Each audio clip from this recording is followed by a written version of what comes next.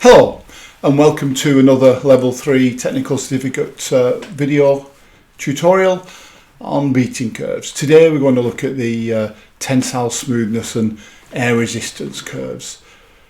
Very similar profile to all of these, as you can see here. Steady increase.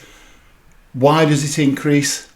Well, first of all, we're getting an increase in external fibrillation with beating time. The longer it's there in the beater, or the longer it's going through a refiner, then external fibrillation is going to take place. We're going to tease the fibrils out from the surface of the fibres, and we will go from unfibrillated fibres to partially fibrillated fibres to very fibrillated fibres. And with increasing the surface area, therefore we're increasing fibre-fibre contact, therefore increasing hydrogen bonding, and therefore you'd expect things like tensile strength to increase. As well as external fibrillation, we're also doing some fibre collapse. It's part of the internal fibrillation process. The lumen will collapse, and as you can see here, we've got unfibrillated or uncollapsed fibres, partially collapsed fibre with an increase in fibre-fibre contact area there, and then finally a big increase in fibre-fibre contact there as the fibre completely collapses.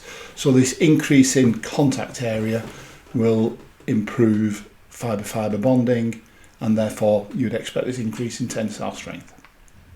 Finally, the collapse of the lumen and the damage of the bonding between the internal walls, the primary, the S1, the S2 and the S3, will cause the fibre to become more flexible.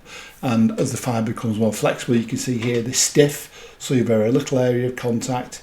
Here, this top fibre is more flexible, so you've an increased area of contact. Here, it's even more flexible, you have more area of contact, therefore more fibre-fibre bonding, more hydrogen bonding, stronger sheet of paper.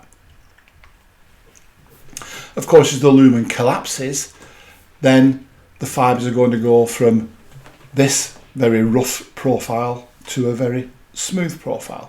So this is why you'll expect smoothness to improve. So a summary of what we've talked about in this session.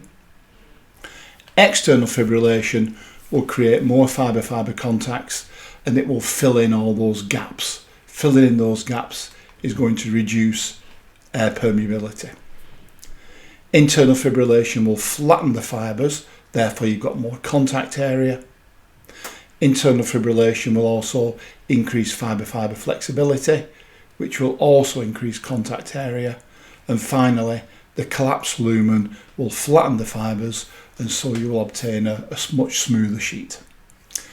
Thank you for listening to this presentation, and please follow us on any of this social media.